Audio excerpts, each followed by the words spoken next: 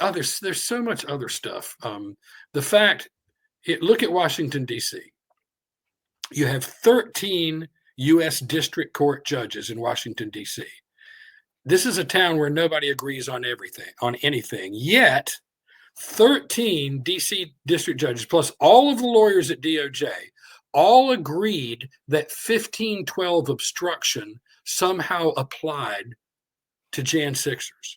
Right. Now, 1512 obstruction was an Enron law. It was Sarbanes-Oxley, passed in the wake of Enron, where people were supposedly shredding documents, counterfeiting documents.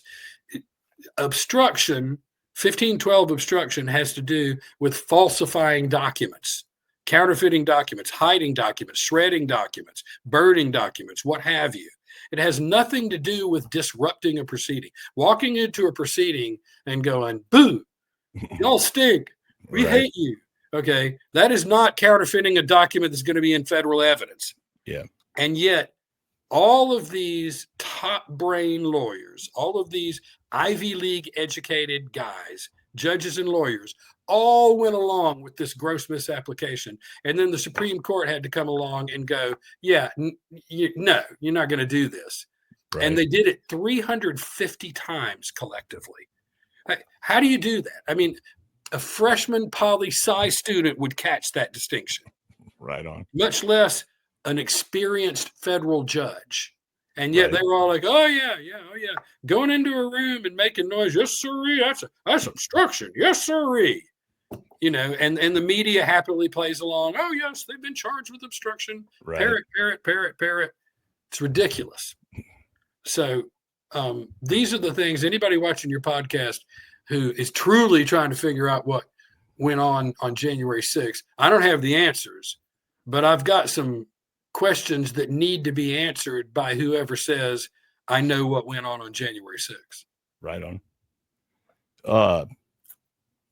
Since you're a numbers guy, I assume you're a numbers guy. Have you ever compared how many Antifa and BLM people were arrested during the Summer of Love, all those protests versus J6? You ever compared those? The hypocrisy is astounding. I mean, what they got away with during the Summer of Love, and you know, Kamala out there raising bail for them, and charges dropped right and left. I mean, you had what, 21 officers killed that summer, federal buildings burned to the ground, had all, you know, taken over an entire section of the city for months. And it's the Summer of Love. And then the Jan 6ers show up and, you know, occupy the building. You know, it's an Occupy style protest. And I think most of us saw it as an Occupy style protest. And, you know, several thousand Jan 6ers engaged in an Occupy style protest. And, oh my gosh, it's worse than Pearl Harbor. It's worse than the Alamo. It's worse than the fall of Carthage. You know, It's like a break. You know. No, I get it. So yeah, but I've never actually done them. If you've got them. No, I don't have them. It just when you were spewing out the numbers there, I thought to myself, he might actually be the one to ask. Thank you. Because a lot of people have been asking me that. I should sit down and look all that up. I've looked up. I've studied these numbers. A really good place to study the raw numbers is NPR. And I'll tell you, no one will accuse NPR of being like some sort of right-wing bastion. Okay. Right. NPR is liberal, if anything. And this is their numbers, their stats. They've kept it up as they've gone. And you can go to the, I usually just Google Capitol riot arrests NPR. Right. And it'll come up, a little link will come up, says explore the database. And you can scroll down a few paragraphs. And right there in the database, you know, you see, you know, 1,575 total arrests. 418 were alleged to have been violent. And you can just run down the list, and then you can just take a calculator and do some of the percentages and go like, wow, so 27% of the people arrested were violent. 20%, 27%. Everybody, you know, 1,157 were not alleged to have been violent. And yet most of the ones arrested, you know, more than 2/3 of people arrested, 1,008 did active time in federal prisons. Jeez. How did Biden pardoning the J6 committee make you feel? Preemptively pardon. I wish I could say I was surprised. I mean, I wasn't even surprised about when he did it. Right. I mean, I knew it's like, and there's this window of time coming up toward the 20th. And I was like, if he's going to do it, he's going to do it in this like 7-day window. And sure enough, I think it speaks volumes. I think anybody with a brain knows that he didn't pardon them for nothing. If they didn't do it, I mean, in my lifetime, I've never heard of a congressional investigative committee having to be pardoned. Right. I mean, pardoned for what? Right. Nothing good. So yeah, so, not for handing out Girl Scout cookies, right? Yeah, and I'm not trying to come out off like some like super wise guy or something. But I just thought he's going to have to pardon them. They have in fact, Liz Cheney. We were talking about 1512 obstruction. Liz Cheney is actually guilty of 1512 obstruction. She actually did hide documentary evidence. So did Bernie Thompson. So did all of them. And they know they did it. That's why they sought the pardon. Does Pelosi ripping Trump's speech, does that qualify as that? No, because the speech would not be considered a document in evidence.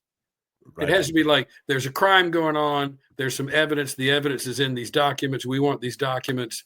And so Guido and Luigi sneak into the corporate office in the middle of the night and right. I get you. What documents? Right. That's 1512 obstruction. Right on. So, but Pelosi ripping Trump's speech, I mean, it mostly just made her look like an idiot to me. Right. Yeah. I guess she felt like she was making a strong protest there, but whatever. Yeah. If there's nothing else that you really feel like you want to get out there, I usually wrap up the interview with one last question, but I'll give you the chance to say if there was anything else you really have on your mind. Well, I would just have to say that the main thing that got me through this is faith in the Lord Jesus Christ, him and no other. I would not have made it without him. My family sticking by me, it's a big bonus. Right. And some of my friends that stuck by me, big bonus. But this thing, I mean, I was a Christian before all this happened, but this thing really increased my faith. It really increased my trust in God. I'm still having to trust God. I mean, that law license is floating around out there somewhere, and I'm like, I'm talking to God every day. Right. Really would like to have that back. Yeah, I get it. But the Lord giveth, the Lord taketh away. Blessed be the name of the Lord. I would have to say, first and foremost, and if you're a J6er and you're struggling, turn to Jesus. Turn to the Lord. This is the time to do it. God, I think a lot of people feel guilty because they only call on God when they're in trouble. And I'm the same way. I mean, I'm totally like, when things are going good, yeah, God, check you next Sunday, babe.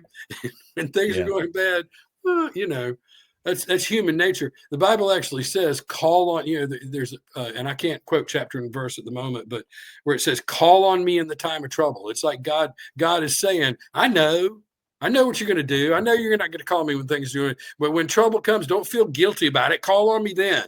Dial me up. That's the time to get me. And that's what I would say to Jan Sixers. This is the time to reach out to God. This is the time to find that inner strength and that inner peace that comes from him and him alone. Right on.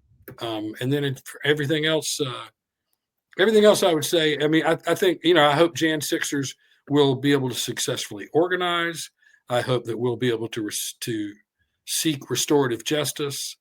I think there are a lot of legal actions that Jan Sixers should consider as we sort of switch to offense.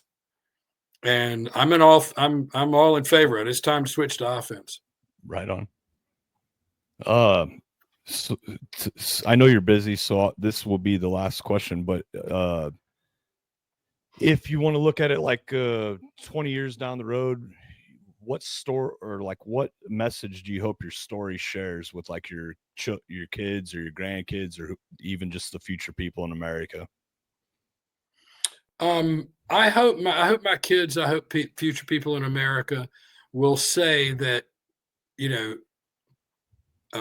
maybe he made mistakes, maybe he didn't make mistakes, maybe he did the right thing going inside, maybe he didn't do the right thing to go inside, but he did what he did for the cause of liberty. He did what he did for the cause of America. He did what he did because he believes in this country and believes in the destiny of this country to be a beacon of light, of freedom and hope to the human race. And that's why I did it. I felt like I felt like protest was in order, and I protested. Now, get down the road, maybe, who knows, maybe find out I was completely wrong, or maybe find out, um, maybe find out who knows what. But my motive, my heart on January 6th was to engage in a protest because I believed this country was being hijacked, and I believed that good men and good women had to stand up and say something. And so I did that. And I think my kids know that about me. I think the people that don't like me know that about me. Right on. Just they don't want to accept that side as their reality, more or less, right? Well, they don't want to admit that I could, possibly like have had any decent motives. So no, I get it. Well, David, I really appreciate you taking time out of your schedule to talk with me about your J6 experience and how life's been since. Oh yeah, thanks, Nick. I appreciate the opportunity. I'll keep an eye out for your podcasts. Right on. And, I appreciate it. Stay in touch with the J6 community. I think this is a long way from being over. Right on. I appreciate it. Have a good one. Yeah, man. Thank you.